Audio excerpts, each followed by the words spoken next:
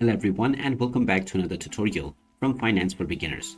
In this video, I'm going to show you how you can download and install the OKX wallet application on your smartphone. So let's get started right away. First of all, open up the iOS App Store or the Google Play Store, depending on your device. Once you open it up, just tap on the search box and then type in OKX and begin your search. Now from the search results, tap on the OKX application and you will see the install button. Just tap on the install button and this will begin the download and installation of the OKX application on your device. Just wait for a while until the installation is completed. And once it is done, you will see the open button, which you can tap on in order to open up the app.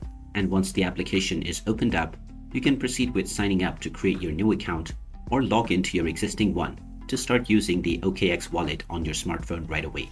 And there you have it. That is how easy it is to download and install the OKX wallet application on your smartphone.